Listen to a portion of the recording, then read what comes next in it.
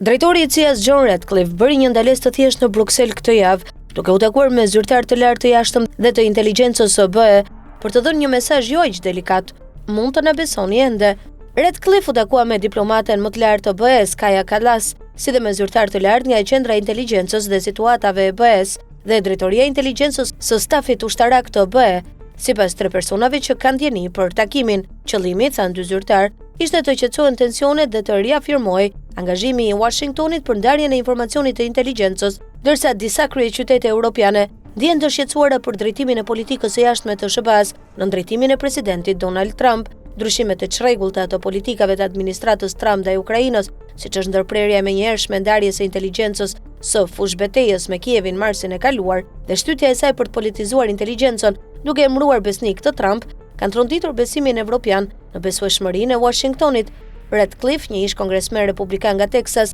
ndërtoi reputacionin e tij si një nga mbrojtësit më të zjarrt të Trump në Capitol Hill, veçanërisht gjatë procedurave të para të shkarkimit, ku ai përdori pozicionin e tij në Komitetin e Inteligjencës së Dhomës së Përfaqësuesve për të sulmuar hetimin. Zyrtarisht, Ratcliffe ishte në qytet për të informuar Këshillin e Atlantikut të Veriut, organin vendimarrës politik të NATO-s, tha një diplomat, por takimi i tij ansor me krahun e politikës së jashtme të BE-s, Shërbimin Evropian të Veprimit të Jashtëm, dërgoi një sinjal të qartë. Langley dëshiron të mbajë linjat hapur. Në një koment për Politico, zëdhënësja e CIA Liz Lyon tha se Ratcliffe u takua me zyrtarët evropian për të diskutuar kërcënimet në zhvillim që Rusia dhe Kina paraqesin për sigurinë transatlantike, si dhe strategjitë bashkëpunuese për të përballur me këto kërcënime. Shtytja diplomatike vjen në një moment të ndjeshëm. Shërbimet europiane po punojnë për të varrosur dekada mosbesimi për të ndërtuar një operacion të përbashkët inteligjence të BE-s për t'u kundërvënë agresionit rus, ndërsa rishikojnë marrëveshjet e tyre